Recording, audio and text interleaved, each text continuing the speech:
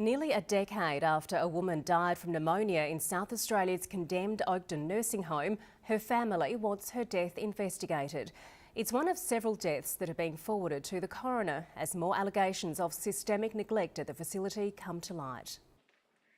9 years after their loved one passed away, Michelle and Mark Martin are still searching for answers. If they had have got my mum treatment immediately when she had a fall and they got her to the hospital, I still believe that my mum may still be alive. Cheryl Martin died of bilateral bronchopneumonia in 2008 when she was a resident at the state government-run Oakden facility. She was 43. Why did a 43-year-old woman die of pneumonia? Why? If that was any other normal 43-year-old, they'd be put on antibiotics. Cheryl Martin's family claims she was frequently over-medicated and that her health progressively declined. If it was a cold day, she'd be there with a T-shirt on.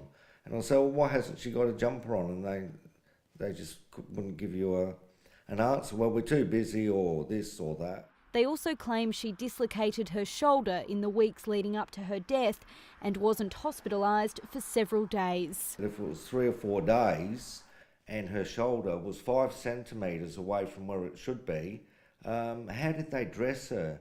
They're one of a string of families speaking out on conditions at Oakden, which is set to close. Senator Nick Xenophon has written to the coroner about 4 other deaths there. Concerns have also been raised about 3 deaths from pneumonia over 4 weeks in 2014. A spokeswoman for the state's coroner, Mark Johns, says he'll wait until he has a better understanding of the extent of complaints before he decides what action to take. The federal government has launched a review into how nursing homes across Australia are accredited. The nation's peak body for older Australians says while many homes are doing the right thing, Oakden is not an isolated case, and any investigation should also look at whether bed licences could be owned by families instead of providers. Individuals and families should own the bed licence. If they're not happy with the facility, they should be able to go somewhere else. Despite the time that's passed, the Martins hope that speaking out will lead to change. Even if we don't get answers for Mum, I do not want this to happen to anyone else. I don't want this to happen to another family.